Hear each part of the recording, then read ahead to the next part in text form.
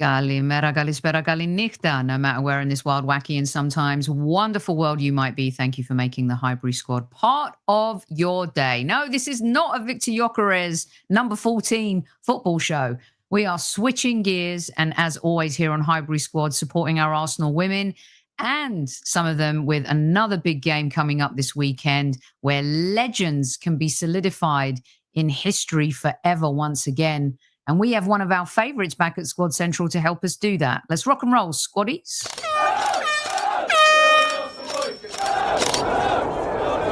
Mind the gap between the train and the platform. Please stand clear of the discussion doors. The next stop is Highbury Squad.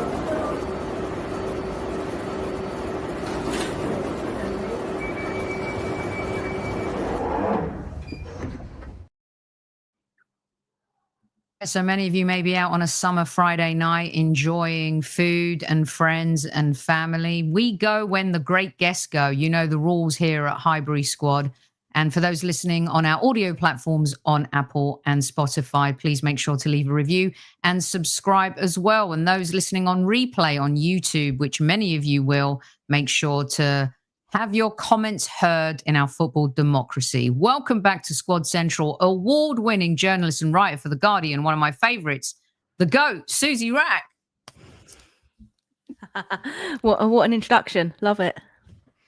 Suzy, it's well-deserved. Your work's been amazing. It's been a long time since we've had a chat here at Squad Central. Thank you so much for making time for us. I know you're insanely busy with the Euros going on as well.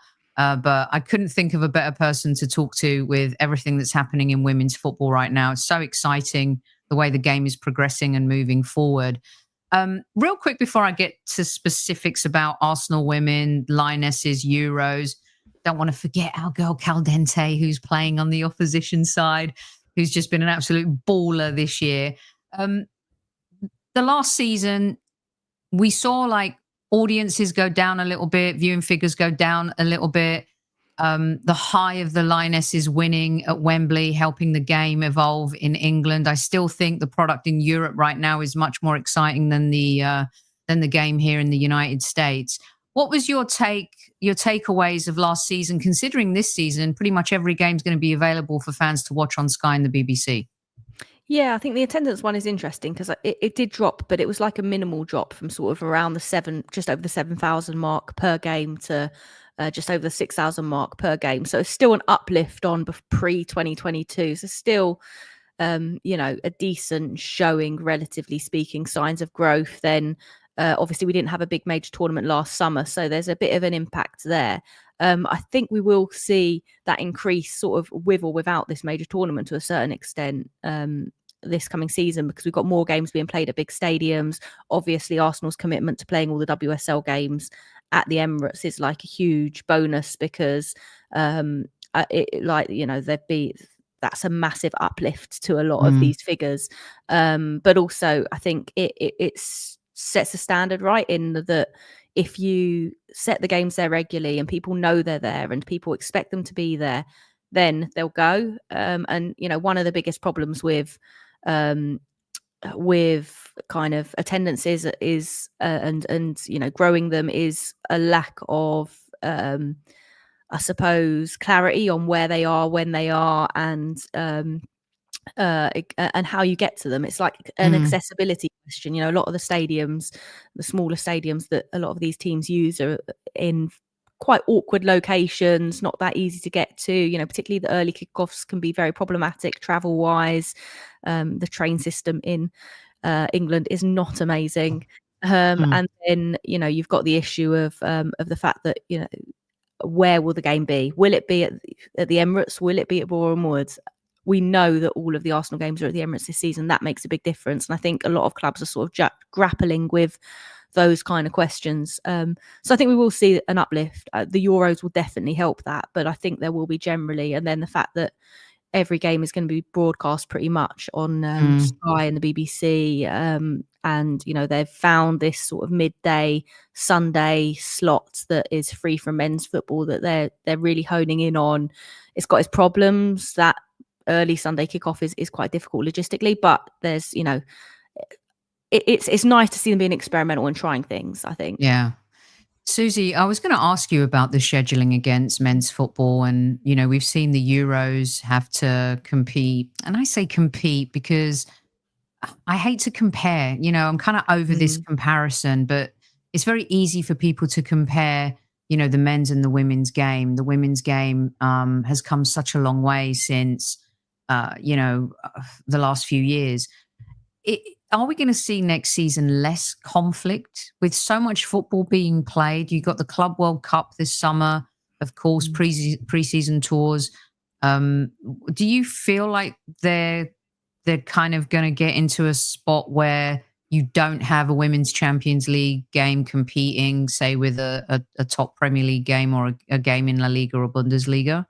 I mean, you'd really hope so, wouldn't you? Like, it'd be the logical thing to do, but I'm not, totally convinced that joined up thinking is quite there at sort of club level, but also, kind of federation, international level and stuff too. We've seen Champions League finals scheduled, not this season just gone, but the one prior on the same day as the men's FA Cup final and things like that, which is a real disappointment. Obviously, the Euros have clashed with the men's Club World Cup this time round.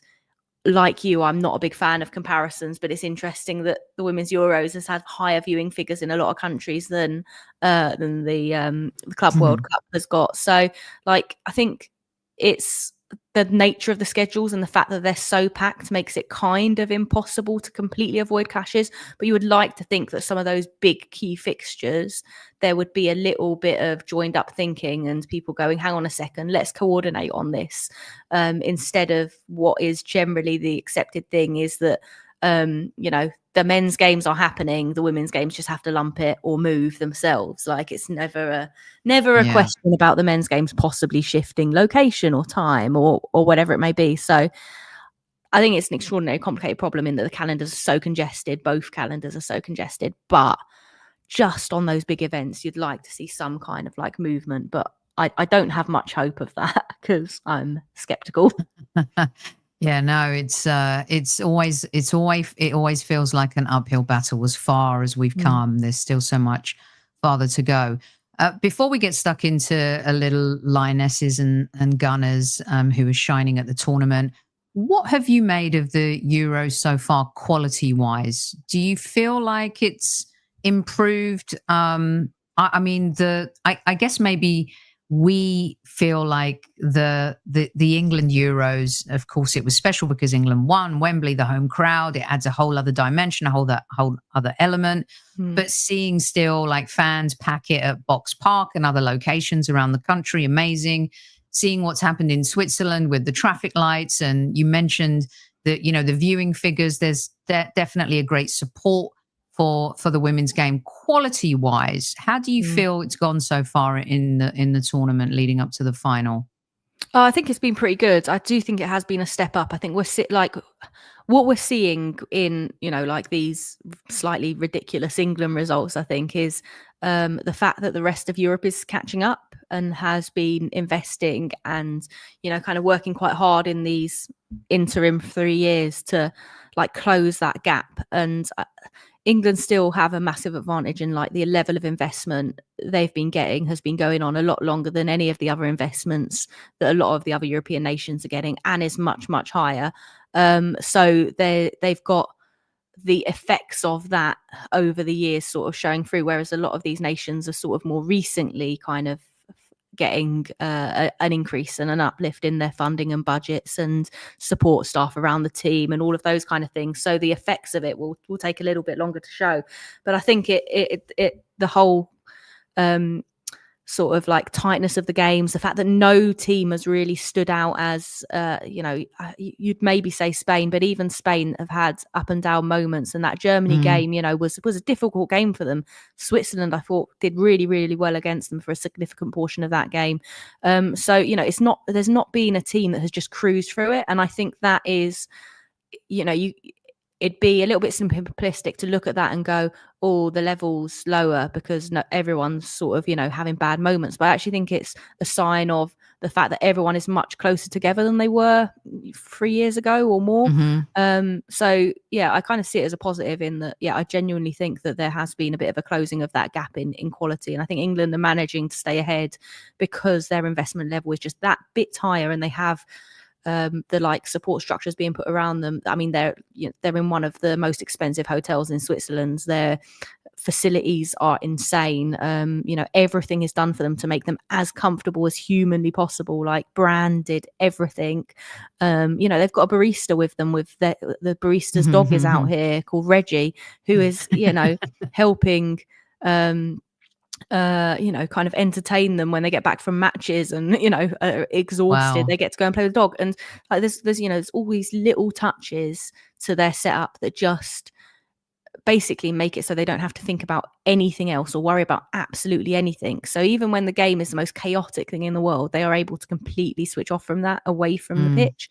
So I think that's what is sort of keeping them ahead. Obviously against Spain, that it's a different kettle of fish. Spain do not have that level of investment to the same extent, but they do have a style of football that's been embedded in them since they were like age 3 or something, and they've all played together, and the style of football is so embedded in Spanish football that they play the same style at club level, they play the same style at country level, and all of that like legacy of that helps them stay right up there and in front, and compensate for that lack of investment comparatively to England. So I think that's what makes it an exciting tie, is you've sort of got these two superpowers for different reasons sort of battling it out, which is great. But I do think the quality has been good, and I think it shows that there is a gap starting to close there. We could have loaned them Win the dog. Why didn't we send Win out there? I love it though. Great insight. I bet they would have been so happy if Win the dog had come out. Like, I love Win those is very popular. Yeah, that's great anecdote. I love that. It's interesting you talk about the levels, because I've had the opportunity to talk to the great Emma Hayes while she's become US women's national team coach, and at the last tournament where the US was facing Colombia. I mean, Suzy, the comparisons, and you talk about the levels, right? And I think it's comparable to the World Cup when the US women's national team didn't go too far. It's because those other federations, bit by bit, reinvesting and, talent-wise as well, year on year, just slowly just biting at the cherry to catch up to the US women's national team. And they talked a lot about Colombia and the conditions that they were kind of living in, and also what they were being paid in comparison to the US women's national team. It's really quite insane what some of these women, I just really quickly, just to touch on that because you brought it up and I wanted to riff off that a little bit. It is insane how some other federations and what they have to kind of prepare and live through at a tournament compared to like the Englands and the US. It's night and day. Your dog's got a very strong opinion on it. He's furious. I mean, Vinny and Vespa, all this. I mean, you were talking about the dog. They heard that. Then they heard me mention Win, and then they just have to go for it. Do you know what I mean? Really excited, really jealous, wanted in on the action. I totally get it. It's mad, isn't it? That the disparity between federations across the world is so huge. But it sort of.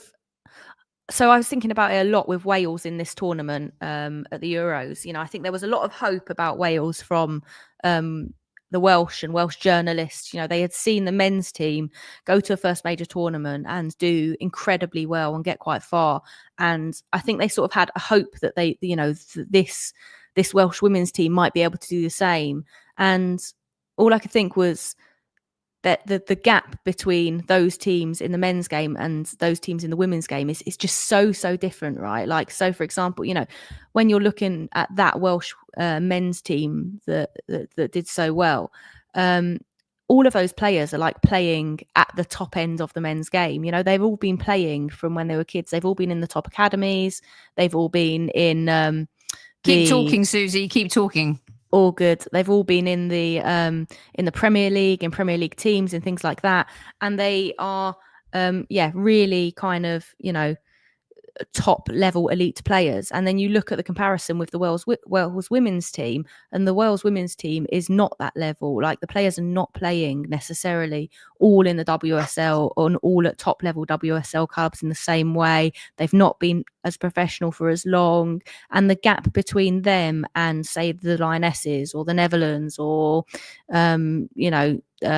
France or whoever it may be is so much bigger than, say, the gap between Wales's men's team and the rest of European men's football. So, like, it's really, really stark in the women's game just how big those gaps are, federation to federation. And then obviously you've got the issues in, we talk about Latin America, like a pretty like macho culture there that is not necessarily the ripest place for women's football, or the most supportive of federations towards it. We've had various issues. Colombia have spoken out before about conditions and also abuse. So has Argentina. We've heard stories from Marta about lack of kind of support for the Brazilian women's national team. There's a real legacy of underfunding in a lot of Latin American countries, a lot of African nations as well, that it would be really, really great to see something be done about. I'm sure FIFA can kind of wield a little bit more power in that. Can they bring in rules that say, if you've got a elite level men's national team, you need to be funding your women's team to, 20% of it even, or something like that. There should be, I feel like there's things they could do to kind of push that agenda in a much more serious way. But I think generally they go with the carrot, not the stick, which I think is a shame in some cases, because I think they need to be a little bit more hands-on with some of these nations who are not necessarily taking it as seriously as they could be, and if anything, in some cases actively undermining it as well. So yeah, it's a difficult one. I think that's, something we need to spotlight a lot, because it doesn't get spotlighted enough, really. Totally agree with you. Okay, so the Euro final is coming up on Sunday. You're in Switzerland. It's been an amazing journey so far. I read your article, and if you haven't, please go check it out. Suzy's article in The Guardian. Remember the date, remember the name, and here she is. And the fact that she's a gunner just adds another layer to this. You talk about impact subs, and again, not wanting to compare the two, but this to me reminds me of the impact Michael Owen had, at the World Cup. What Michelle has been able to do is incredible. And talk to me a little bit about your piece, and also there's going to be some of the squaddies out there who are listening who really don't know her journey so far. But my goodness, what an absolute superstar in the making we have here. Yeah, she's been a really, really highly rated talent at Arsenal for a very, very long time. And a lot of fans have sort of, kind of been watching her in the background and, kind of monitoring her progress. She's had loan spells at Watford where she performed really well. She was at loan on Brighton last season where she performed well when she got game time.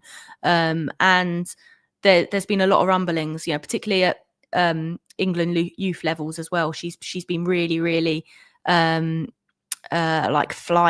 and is a real kind of key part of the under-19s team. And they've been really quite careful with her development and have, kind of accelerated her through the age groups and things. But the problem is she's so good, they have to accelerate that faster, because she's got so we sat down with her actually towards the start of this tournament. I think it was just after the France game, it might have been. We did a really nice writers sit down with her, and I was really staggered at how mature she is for her age. You don't expect a 19-year-old to be sat in a ring of about 20-30 journalists and be so eloquent and thoughtful and honest with their opinion, their feelings, their motivations, really, really humble as well, incredibly humble presence about her. And yet she's got this ferocity on the pitch that is just absolutely magical to watch. Lucy Bronze said that she Michelle was told by Serena to sort of go a little bit easier in training. You know, it's training. We don't want injuries, kind of thing. And Lucy said to her, "No, I want you to go hard. I love it. Like, I will give you as good as I get. You know, let's go at this." And she said she really, really loves training against her because she is so difficult to play against and is so physical and intelligent in her movement and runs, and obviously got a fantastic finish on her. And to do what she's done, to come on for her debut against Belgium when England are trailing 3-1, and to score 42 seconds into that match, I think it was, such a phenomenal finish, virtually her first touch of the game. And then, you know, she has one more appearance since then, comes to the Euros and scores 2 really, really critical goals to force extra time in both games of the knockouts, is just staggering, really. And I'm really conscious that, like, I really, you know, want her to be looked after and protected. And I think the England environment and Arsenal are really, really good at that. But, you know, obviously the world is a ferocious place online and elsewhere. And I just, you know, I think we shouldn't get carried away. She's still so young. And I just want her to be able to, you know, I obviously you saw my match report. Like, I'm part of the hype, right? Like, you know, when you see that, you have to get on the hype train a little bit. But at the same time, I think we have to be cautious about, you know, praising her, but also not murdering her when she makes mistakes, which is inevitable, that a young player who is still developing and is still growing and learning and has so much more to give will make, because that is a natural part of growth as a player. And so I think that's a really important bit of context that we all, particularly us as journalists, need to remember. Yeah. Suzy, for someone who just knows the game back to front and has followed Michelle's story now for a number of years, are you surprised, as talented as you knew she was, are you surprised by the impact that she has had, considering how stacked this Lioness team is? Interestingly, I both am and I'm not, in that I said before the tournament, when, you know, as with friends and journalists and sort of discussing possible call-ups for the squad, who would be in, who would be out, I thought Michelle would be in as a wild card because she offers something completely different. You know, she's a very different style of player to Alessia Russo or Aggie Beever-Jones, and she's like just a very different threat, very raw and very unpredictable, because no one knows, like, you know, no one in international football at senior level knows who she is. So there's an air of unpredictability there that is really likable. You know, they can't watch the match footage and go, oh yeah, she's going to make this run when she's in this position, or this is the foot that she likes to take it off, this is where she normally strikes. They don't have that information necessarily. So there's like a wild card element there as well. And, you know, youth on your side, there's a fearlessness there too. You know, you've got nothing to lose, right? Like, if she comes on and doesn't make a difference, she's 19, that's fine, right?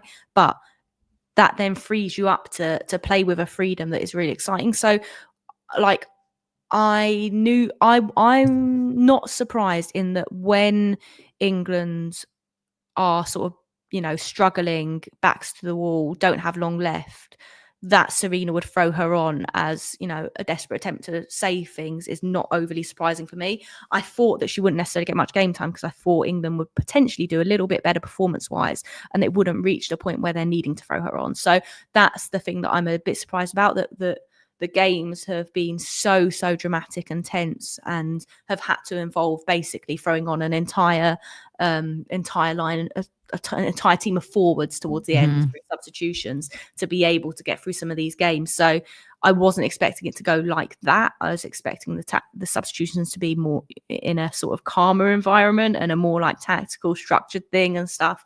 So that's the bit that surprised me, rather than her ability to do something special out of, you know, not much. Right. With that said, Agyemang has been just the lightning bolt coming off the bench. I would keep her on the bench. I wouldn't start her. I feel like come the final, if you've been run ragged for, you know, 70 minutes and you can bring her on with 20 minutes to go to have an impact, I keep her on the bench because of the X factor that you talked about. Before we move on to another Gooner, or Gunner, we're the Gooners, they're the Gunners. Suzy. Do you sit or start her? I keep her on the bench personally, partly because I think there's a role to be played by the likes of Alessia Russo and the starters that have been playing in that time. They create the environment for Michelle and Chloe and stuff to be impactful when they come on, right? Like they tire those players out that they're playing against. That, you know, Alessia Russo is a workhorse. She tires teams out. She runs, she holds up the ball, she presses. Like she is a really, really great all-round forward, really, really brilliant at the hold-up play, really brilliant with her runs, like pulling defenders away from some of the wingers.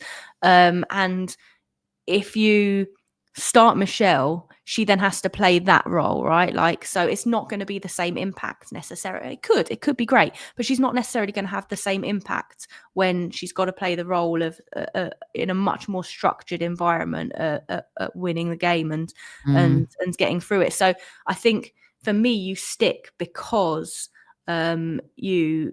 you have seen that they've been impactful and effective off the bench, and you don't know whether Russo and Mead or James or any of the others will be as impactful off the bench as they have been. Like they've got momentum in that sort of super sub role. What I would do is have them come on earlier, because I feel like, yes, and this is guesswork, right? Like the reality is they've got through those games. So who are we to necessarily argue with Serena and the coach's decision making? But I wonder whether if they come on a little bit earlier, we could have avoided extra time in at least one of those games. And that's the question I would have is give her longer on the pitch, make those changes earlier. But at the same time, like it's worked. So like I know. It's a hypothetical situation in contrast to something that has worked.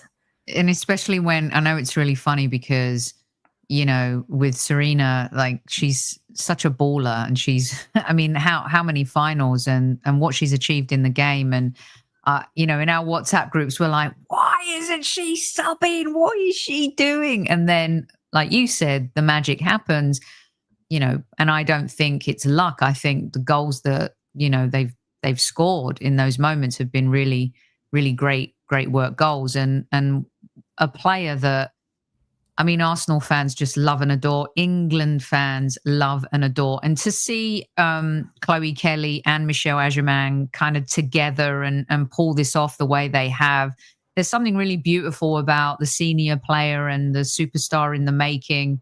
But Chloe Kelly, after a difficult time at Manchester City, you know, coming back to Arsenal, having an impact in that Champions League final as well, Suzy, seeing her confidence. And I love this image of her as well when she was like, calm down, everyone, calm down. We got this.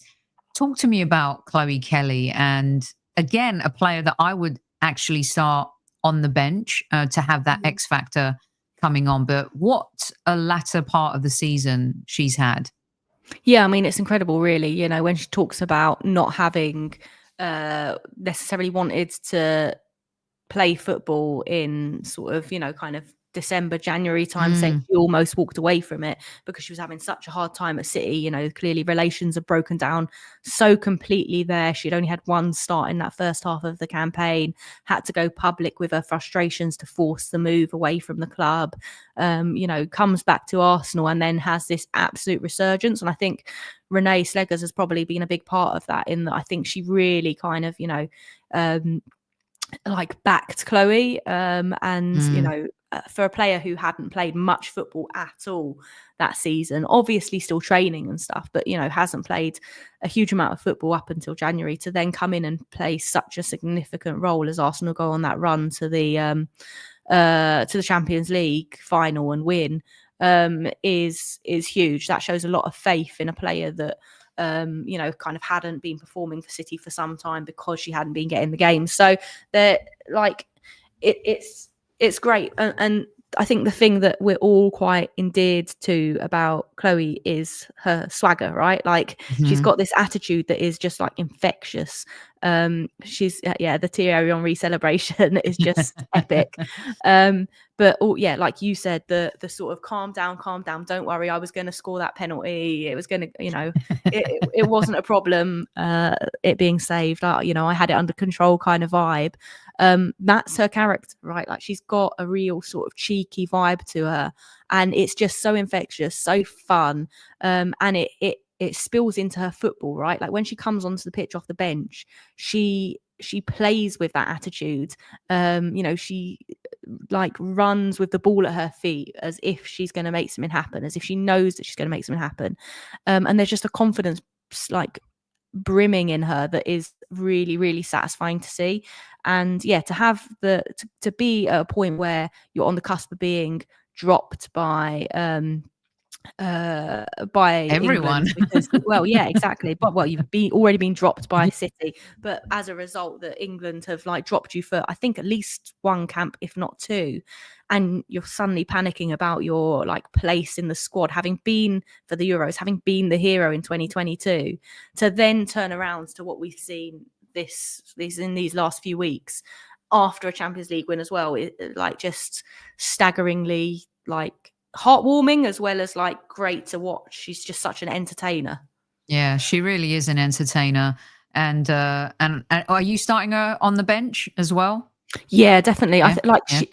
This is the problem, right? When you're a really good and effective substitution, you sort of are. It's a bit of a double-edged sword, right? Because you've done too good a job at the role you don't really want, and then you're gonna probably end up being in that spot, right? So I think she's done too good a job at being such an effective substitute, and she's so good coming on against players that are starting to tire and things like that. She's got so much pace, so much physicality to her. Like her and Michelle coming on together have been the Russo and Toon, haven't they, really, of this tournament compared to 2022. And you can see that, right? Like Russo has had to become the Ellen White, like the tire them out, the do the hard graft, the amazing hold up play, all of that kind of stuff.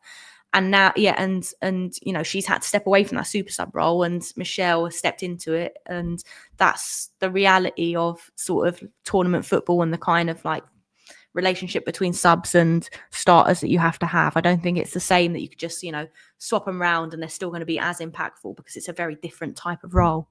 Totally agree with that. And I said half hour, but I need you for a few more minutes. Are you good? You okay? Good. Okay. All right, cool. Because this is too good. So, and real quick before I move on to some unsung heroes, I just want to get your take real quick on El Capitan. How's she doing? Is she okay? Yeah, absolutely fine. Leah Williamson, for those listening on audio, sorry. Her fitness, obviously she got that knock against Sweden that forced her off. We were all pretty worried about whether she was going to be back at all in the tournament, let alone for the next game. And then she was in full training on match day -1 the day before the game. So, and then obviously performs in the game against Italy as well. So I think she's coming for a little bit of stick in this tournament because I don't think we've necessarily seen like very characteristic Leah Williamson performances, in that we've not necessarily always seen those really like incisive diagonal passes and things like that, those runs through the middle. But I think that's because she can't, because she's in a pretty makeshift back line at the moment, right? Like Alex Greenwood is not anymore a natural left back. She's been in the centre back role for too many years now for that to be necessarily comfortable for her. She's had Jess Carter or now Esme Morgan alongside her, Jess really struggling, and then Esme of having her first start at a major tournament, right? So you've got this issue of her having to shift over to the right when Lucy makes those run forwards and protect that side, stick with Esme and make sure that she's doing okay and is supported and is covering in that sense, and also sort of be keeping one eye over on the left as well. Like I think it's a very, very different scenario when you're in a sort of new look back line to be able to do what you traditionally do. So I don't necessarily think it's like her fault per se. I think it's a difficult defensive situation to be in. But I would really love to see like a really sort of, fantastic Leah Williamson performance in the final, which is going to be hard when, you look at, say, the Spain England game back in February, which they won at Wembley 2-1, and it was a really, really solid defensive performance, and that was her and Millie, and then Niamh Charles on the left and Lucy. So, there's only 2 of those players starting at the moment that were in that team. Then you look at Arsenal and the absolutely perfect defensive performance. I think that back line didn't concede a single foul across that entire match, which is phenomenal, really. So basically, she's not got that same personnel around her, so she's having to like kind of do quite a lot of jobs, I think, and that is quite difficult. Yeah. Suzy, you bring up a great point, because one of the things as well is I know there's been some heavy criticism of the defensive performances of the England side in this tournament, and you mentioned Arsenal in that final. To me, the midfield in that final were just unbelievable, right? And the gaps between the midfield and the defense, it was like they were the first line of defense. And in this tournament, I think there have been some unsung heroes in the England midfield. There's no doubt about that. But there have been these gaps, and I don't feel like they've had all of the protection that maybe they're used to in these tournaments. Am I off on that, or do you think there's some credibility to kind of what I'm saying about the midfield protecting that back line? Oh, there 100% is. I think the midfield has struggled to impose itself on this tournament in a way that we've seen it do so in the past. Like, I would really like to see Grace Clinton and Jess Park be given a go. I mean, both of them started that game against Spain back in February. And as I say, Niamh Charles started left back. Like, for that game, Serena went for like youth and sort of slightly physical youth as well, particularly in Jess and Grace Clinton. They've got a little bit of fight to them physically, and I think that is beneficial in games against teams like Sweden. I think Georgia Stanway, we've got to remember, she had played barely any football. Like, she hadn't played in 2025 until just before the tournament, and just before the tournament she played about 45 minutes of football, an hour as like 100 minutes of football across three England games, or 1 England game, something like that. I can't remember exactly, but anyway, it was low. And I think we're seeing a little bit of the evidence of that rustiness. The passing hasn't been as slick as it could be. The ball's been turned over in midfield a fair bit. I think Ella Toone started the tournament very, very strongly, but has had moments in games where she's dipped. If a team focuses on Kira Walsh and really kind of sort of focuses on blocking her out of the game, then they have a great deal of success against England. So I definitely think that's an issue, and I think they've sort of been a little bit fortunate in the defensive issues have almost sort of masked that a little bit, but they're very much a contributing factor for sure. Beth Mead makes a great number 6. So, and you know what? I mean, brilliant to be in the. I felt like I really wanted Beth to be given the opportunity to start in the last match, and she came on. Didn't have a great impact, but did things that people don't appreciate. I think she's been an unsung hero for sure in this, like in terms of assists, her movement. For Michelle's goal, the fact that she just gets in the way a little bit, like I think she's been significant. I'd really like to see her start the final ahead of Lauren James. Me too. Purely because I don't think James is necessarily going to be fit. We spoke to Serena earlier, and she basically said we're working hard on her, we're doing our best, hopefully she'll be back. But even then, I think I would rather, like, LJ is brilliant, she's such a generational talent, right? But obviously she's been fighting to get back from injury for some time in the build up to tournament. It was a real push to get her back, and she's so creatively intelligent, but she's struggling over 90 minutes at the moment. I don't think her fitness is there at the moment. So it's and I mean that from a a literal point of view, in terms of like her her health of her injury and her body being ready for matches.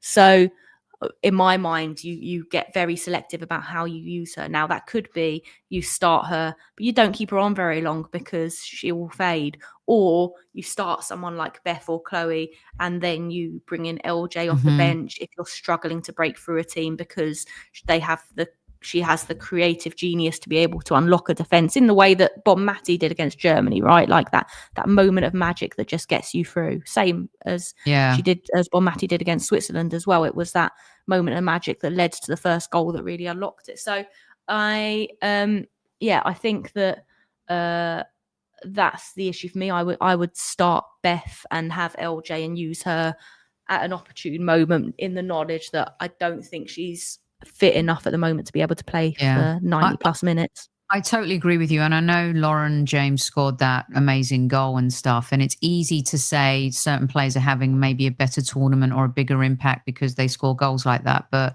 I'm so happy you said what you did about Beth, because, you know, we've seen her kind of have those crazy talented moments. And in this tournament, it just feels like she's taken on this role where she's a facilitator, whether she's off the ball or on the ball. And and what she's been able to do off the ball, I think, has been really super impressive. Okay, so the final is on Sunday. You're going to be there. You have been there. Unsung heroes. I mean, I don't know if Lucy Bronze is an unsung hero. Geez, what a baller she is. Hannah Hampton. I know we've been talking Gooners, but for the Lioness fans out there, and we have quite a few of them, Mary Earps, thank you, grazie. It's been amazing. But to come into a tournament, Suzy, and perform the way she did, she scared me a little bit with coming for balls in the air. I think it was the quarterfinal, maybe a little bit kind of, tricky in some regards. But the penalty shootout, the save at the end in the double save. The first one, some people say it was an accident. Second one, there was nothing accidental about that. I don't know people realize the pressure. You're coming in and you're replacing a legend and you're young, and here you are with the moment in your own hands. And talk about a player that has smashed it in this tournament. Yeah, and I think she was ready for it as well. Like, I don't think it was an accident that Serena was like edging towards her being the number one over Mary Earps, even if Mary hadn't retired and had come out like to the tournament. Like, I think that change would have happened anyway.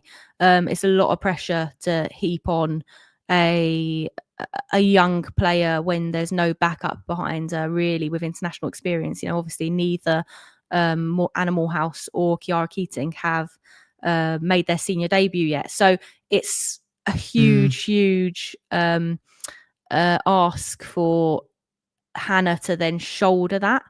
And yeah, she's played phenomenally well. Her reading of the game, her distribution. I mean, that pass for that goal early on, was just one of the most beautiful, beautiful balls out from the back that you've ever seen, right? Like, it was absolutely phenomenal. I agree, that save, that critical save in the semi-final that basically kept England in it and kept the score as it was. There's just been so many moments. It's been really nice to see that happen. She's had a tumultuous career. I think Chelsea really settled her, and working under Emma Hayes really helped, and she's really grown up into this role, I think, at England. And you can really see how much her teammates enjoy playing with her at the moment, and feel confident in her and her ability. I think there's Mary Earps was obviously a very good goalkeeper and did her time, but she is of a generation who did not have top-level goalkeeping coaching from an early age.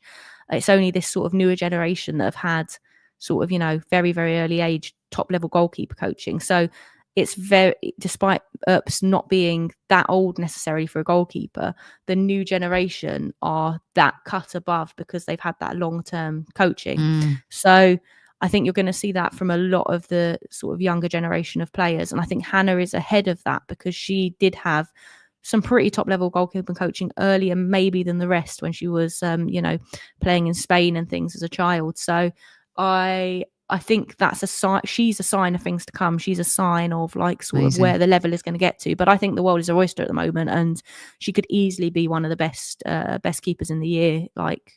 within the next few years.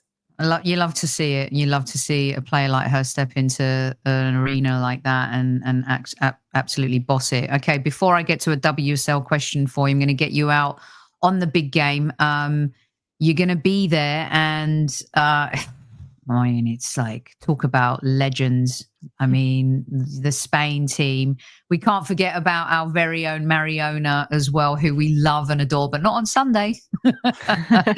I mean, this team may be looking for a little bit revenge, looking to do the trifecta. They're so talented. You talked about Bonmati just hitting and hurting with, but I feel like these two teams are the two teams that you want to be in the final. No disrespect. I thought Italy getting to the semi-final, what an amazing, beautiful job the Italian team did. That front three was so much fun to watch play, Suzy.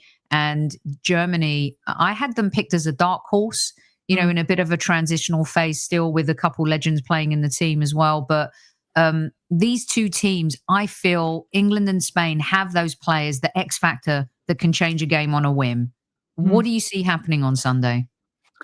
It's a great question, and I just don't know, because we don't really know what kind of England is going to show up, which I think is both exciting and stressful. Now, like, don't get me wrong, I think this is Spain's game to lose, essentially, because the quality of them is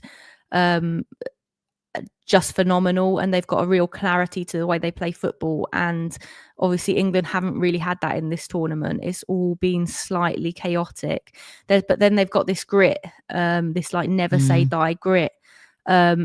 What is interesting is, I think the thing that has got England to this point has been that depth on the bench and the strength of it, because the quality on the bench is just absolutely phenomenal. And I think there's very few teams that can compete with that.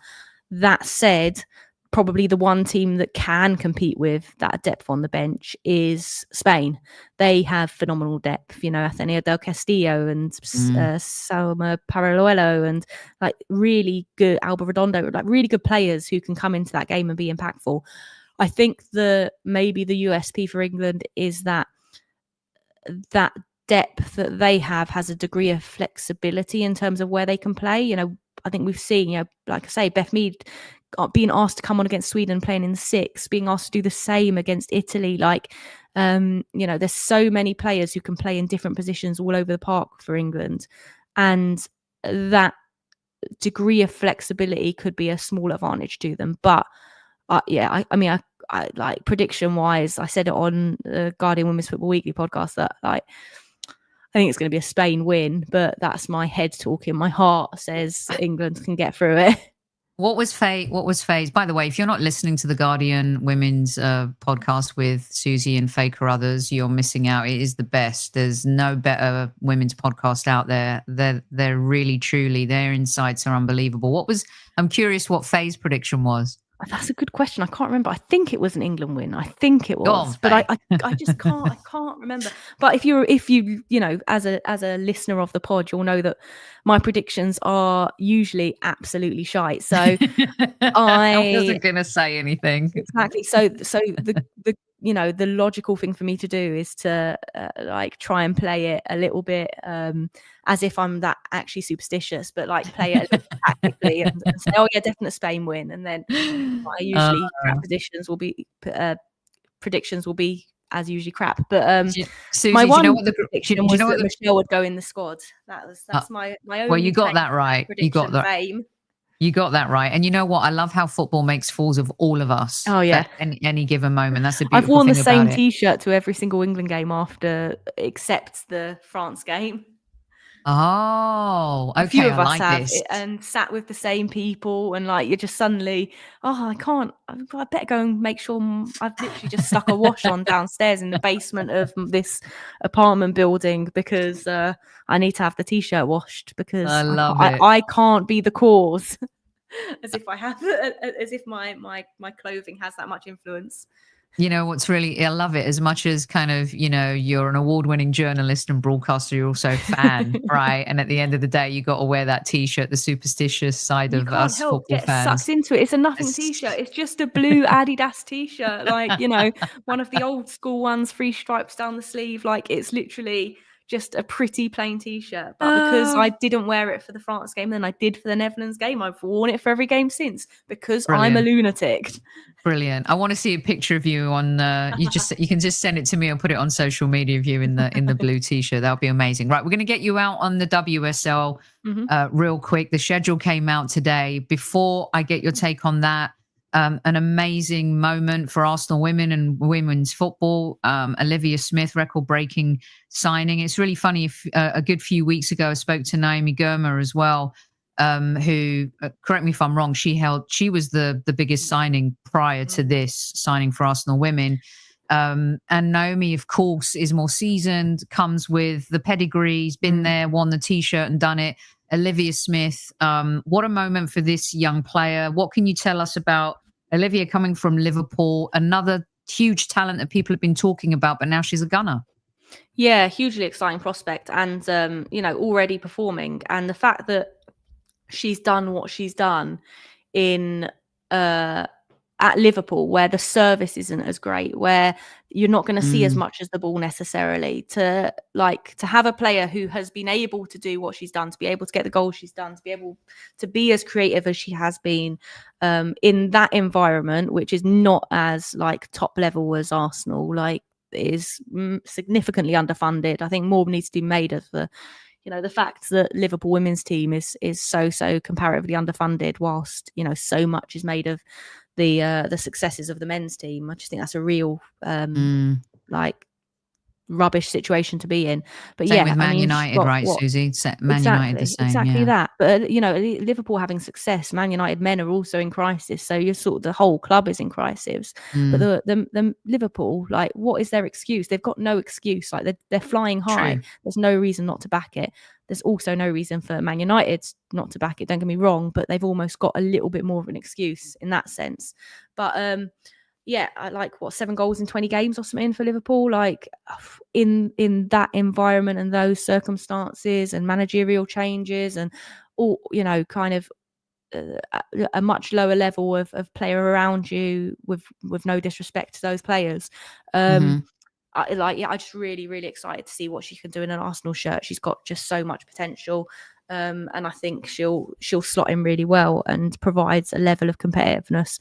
I think it's going to be interesting to see whether we see any players leave to make way for her, or whether they see her as an addition for competing in all the competitions that we're going to be competing in and trying to go for. I would like to think that that we keep hold of as many players as possible and really kind of look at squad depth in that sense. But I also can see that there could be some of the players who are currently at the club being quite frustrated about maybe not getting the minutes that they want or need, and potentially looking elsewhere. So I think that's a question to be asked. But yeah, we can't argue with such a incredible talent coming in. Amazing. Hope that answers your question, Demsek, in terms of where you see Olivia playing. It's going to be interesting to see players stay. I think she'll probably play out wide. I do out think wide. She'll play out wide. Yeah. And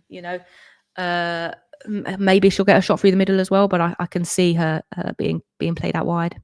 Beautifully versatile. All right, this is the last one for you. The WSL fixtures came out. Arsenal women against London City Lionesses, the team that everyone is talking about. My goodness, they've made some moves, Suzy, in the transfer market as well.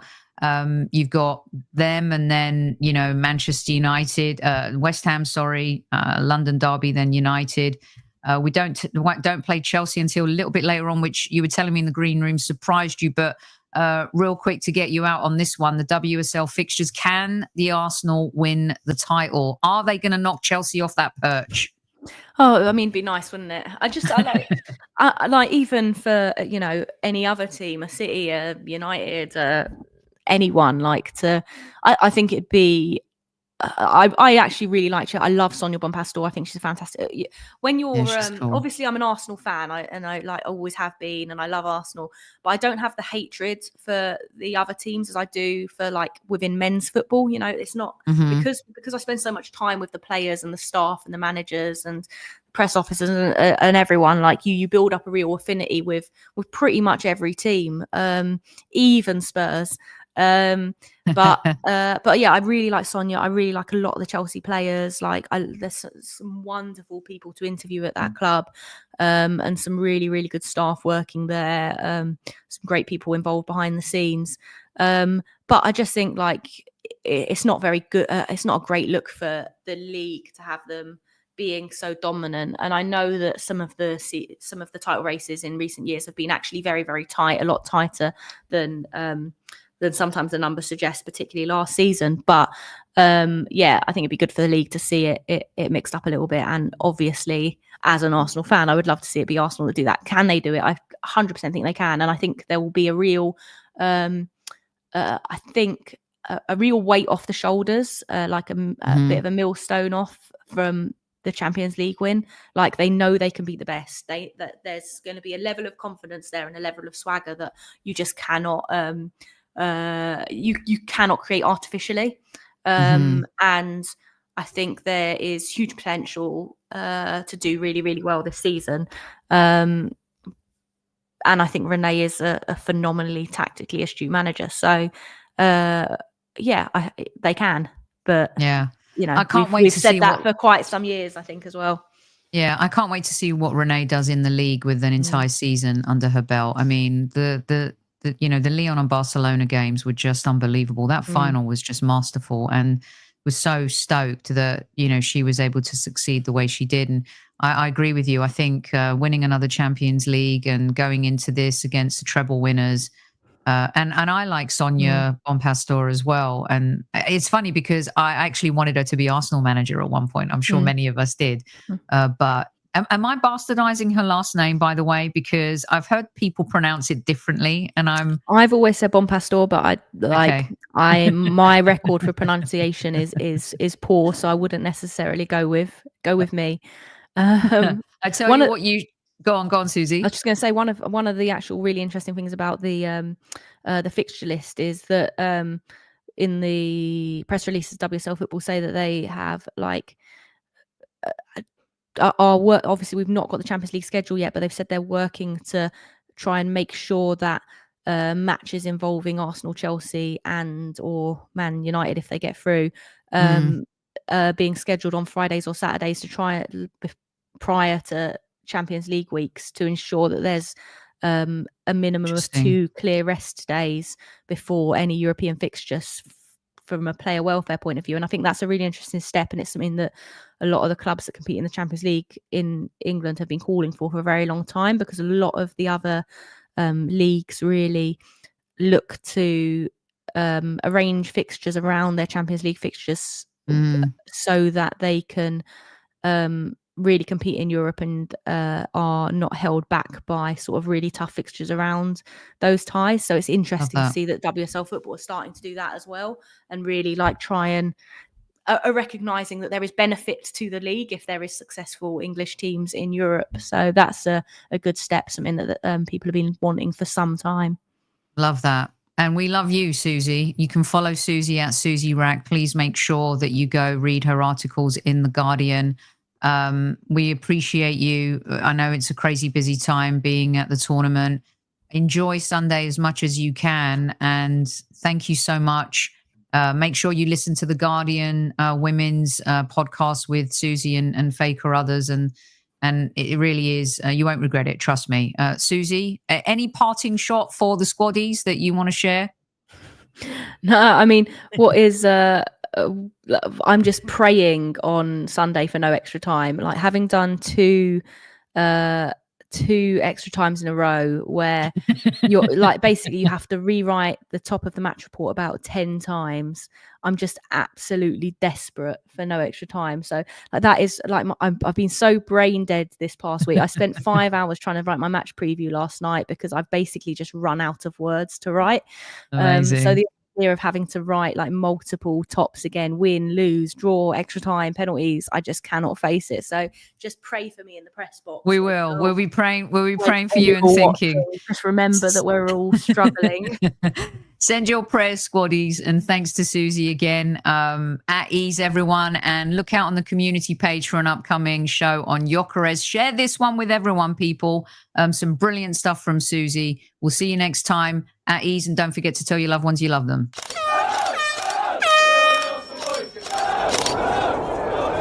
Mind the gap between the train and the platform. Please stand clear of the discussion doors. The next stop is Highbury Squad.